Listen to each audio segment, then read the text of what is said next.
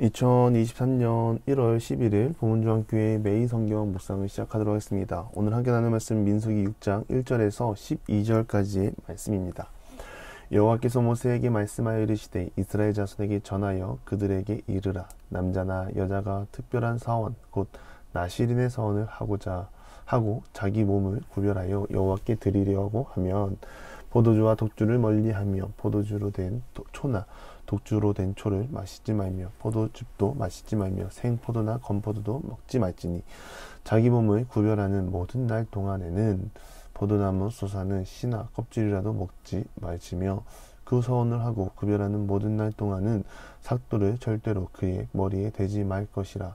자기 몸을 구별하여 여호와께 드리는 날이 차기까지 그는 거룩한즉 그의 머리털을 길게 자라게 할 것이며 자기의 몸을 구별하여 여호와께 드리는 모든 날 동안은 시체를 가까이 하지 말 것이요 그의 부모 형제 자매가 죽은 때라도 그로 말미암아 몸을 더럽히지 않을 것이니 이는 자기의 몸을 구별하여 하나님께 드리는 표가 그의 머리에 있음이라. 자기의 몸을 구별하는 모든 날 동안 그는 여호와께 거룩한 자니라. 누가 갑자기 그 곁에서 죽어서 스스로 구별한 자의 머리를 더럽히면 그의 몸을 정결하게 하는 날에 머리를 밀 것이니 곧 일곱째 날에 밀 것이며 여덟째 날에 산비둘기 2마리나 쥐비둘기 새끼 2마리를 가지고 회막문에 넣어서 제사장에게 줄 것이요 제사장은 그 하나를 속죄 제물로 하나를 번제물로 드려 그의 시체로 말미암아 얻은 죄를 속하고 또 그는 그날에 그의 머리를 성결하게 할 것이며 자기 몸을 구별하여 여호와께 드린 날을 새로 정하고 1년 된 순양을 가져다가 속건 제물로 드릴지니라. 자기의 몸을 구별한 때에 그의 몸을 더럽혔은즉 지나간 기간은 무효하니라.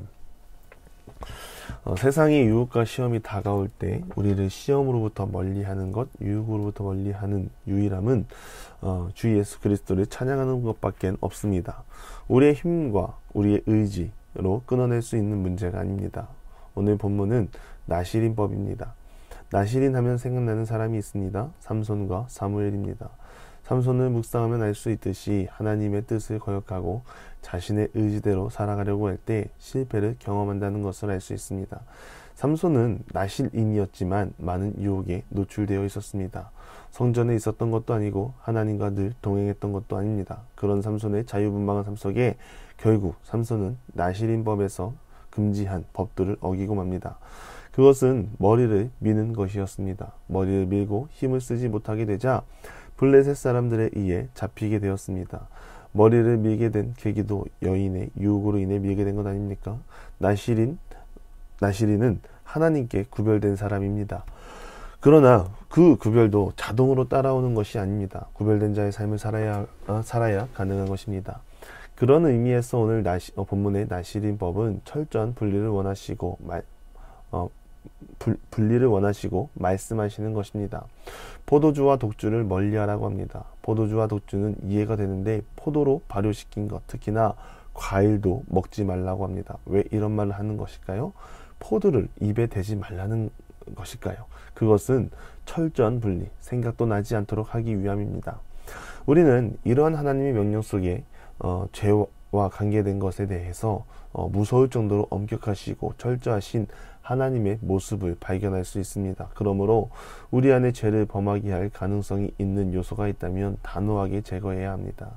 내가 처음부터 죄를 지어야지 하고 죄를 지을 생각하는 사람은 없을 것입니다. 작은 호기심으로 인해 시작이 되고 죄를 짓게 되는 것입니다. 또 어떤 사람은 나는 신앙적으로 굳센 의지와 믿음을 가지고 있기 때문에 죄악의 자리에서 충분히 유혹을 이길 수 있다고 나는 다르다고 말하는 사람이 있습니다.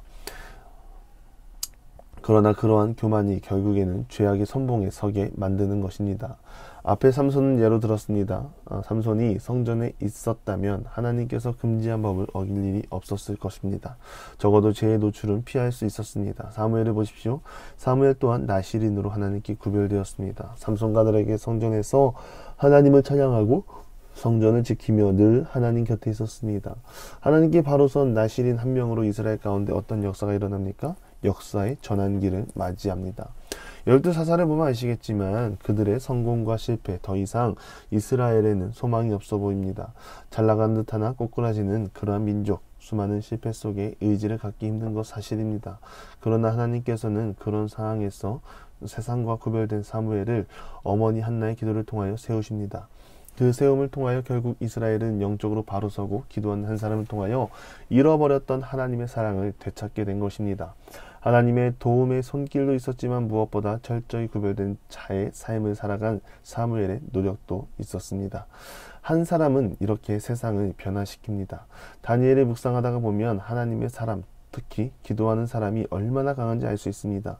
다니엘은 포로로 끌려가서 하나님의 백성, 기도의 사람으로 살게 하셨습니다. 보시면 아시겠지만 바벨론의 세상 권력은 이스라엘 백성들이 입이 벌어질 정도였고 강대국의 웅장함에 백성들의 마음이 무너졌습니다. 그 말은 이스라엘 백성들이 한 번도 경험하지 못하는 새로운 것들이 많았다는 것입니다. 이스라엘 백성들은 하나님의 보호가 있었지만 강대국에 속해 있을 때도 있었습니다. 그때 이스라엘 백성들은 하나님을 믿기는 하였지만 강대국의 질서를 받아들였습니다. 그만큼 좋은 것이 많다는 것을 말하고 있는 것입니다. 그럼에도 다니엘은 굴복하지 않고 기도했습니다. 기도하며 하나님을 신뢰했습니다. 나라를 빼앗기고 강대국의 손에 넘겨진 이스라엘 백성은 더 이상 소망 없는 것 같으나 기도하는 한 사람을 통하여 강대국의 손에서도 이스라엘 백성들을 지키시는 하나님을 보게 된 것입니다. 다니엘마저 무너졌다면, 내가 믿는 하나님이 나라를 빼앗기게 했다며 포기하고 바벨론의 편에 섰다면 정말로 이스라엘에게는 소망이 없는 것입니다. 보이지 않고 더 많은 이들이 하나님을 떠났을 것입니다. 그러나 기도하는 한 사람, 하나님께 매달린 한 사람을 통하여 하나님은 소망을 선포하셨습니다. 나시린은 그렇습니다. 세상의 질서를 따라가는 사람을 나시린이라 하지 않습니다. 나시린이라면 포도주와 독주를 멀리하고 세상의 질서가 아니라 바보가 될지라도 하나님의 질서를 따라가는 사람입니다. 하나님은 우리를 영적인 나시린으로 부르십니다. 오늘 말씀하신 법에는 못 미치는 삶을 살고 있지만 그럼에도 불구하고 우리를 하나님은 영적 나시린으로 부르십니다. 구별되기 원하시고 그러한 삶을 통하여 하나님의 놀라우신 능력을 선포하기 원하십니다. 교회 다니고 기도하고 복을 누리는 삶, 그것으로 그치는 것이 아니라 우리가 영적 나시린의 삶을 살고 그 삶을 통하여 하나님의 복을 흘려보내는 통로로 사용하기 원하십니다. 그래서 우리에게 필요한 것이 거룩과 구별입니다. 세상의 질서가 아니라 하나님의 질서. 지난번에도 말씀드렸지만 하나님을 믿고 부름받는 부름받고 세상 친구들의 왕래가 끊겼습니다. 시골에 가면 친한 친구 빼고는 왕래할 수 없습니다. 어떤 계기라기보다는 시간이 맞지 않습니다. 소중한 친구들과 만나지 못한 아쉬움과 안타까움이 있지만 시간이 지나다 보니 그렇게 중요하지 않다는 것을 깨달았습니다. 무엇보다 내 목숨을 바쳐서 지킬 관계는 아니라고 생각했습니다. 오며 가며 만나면 만나는 거고 아니면 아닌 거고, 친구를 만나고 못 만나는 것에 크게 관여하지 않게 되었습니다. 이유는 나의 과거의 추억이 아니라 지금 현재의 만남이 중요하다는 것을 깨달았기 때문입니다. 그 중에 제일은 하나님을 가까이 하고 그 안에서 즐거워하는 것이 나에게 큰 축복이라는 것을 깨닫게 해주셨기 때문입니다. 무엇보다 하나님은 더 가까이 나오기를 원하십니다. 세상의 질서를 거부하고 하나님을 따르고 영적인 나시린이 되기를 원하십니다. 어느 정도가 아니라 전적인 순종입니다. 청년들을 보면 안타까움이 있습니다. 세상 친구들과 하나님 사이에서 갈팡질팡하는 모습을 봅니다. 전적인 구별이 아니라 주일마저 세상에 내어주고 계속해서 자신을 세상의 유혹에 노출시키는 안타까움을 봅니다.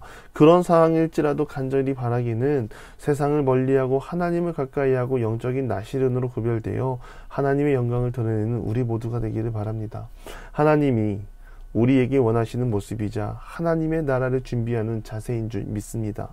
본문과 함께 모든 성도가 이러한 하나님의 깊은 뜻을 알고 사무엘과 같이 기도하는 한 사람, 다니엘과 같이 무너진 곳에 소망을 선포하는 한 사람이 되기를 간절히 축원합니다. 기도하겠습니다. 하나님, 영적으로 구별되어 하나님의 신실하심을 닮아가는 하나님의 사람이 되게 하시옵소서. 능력의 주님을 보게 하시고 소망의 주님을 기대하며 나아가는 하나님의 사람들이 되게 하시옵소서. 세상의 질서를 끊어내는 것이 고통이 아니라 즐거움이 되게 하시고 그 안에서 누리는 영적인 풍성함과 즐거움을 넘치게 받게 하시고 그 안에서 영원한 기쁨을 누리며 나아가는 하나님의 사람이 되게 하여 주시옵소서. 예수님의 이름으로 기도드리며 이제는 우리 구주 예수 그리스도의 은혜와 하나님의 극진하신 사랑하심과 성령의 감화, 감동, 교통하심이 영적 나시린으로 살아가고 세상을 가까이 하는 것이 아니라 하나님을 가까이 하기 원하는 사랑하는 보문중앙교회 모든 기도의 용사 위에 이제로부터 영원토록 함께 하시기를 간절히 축원하옵나이다. 아멘.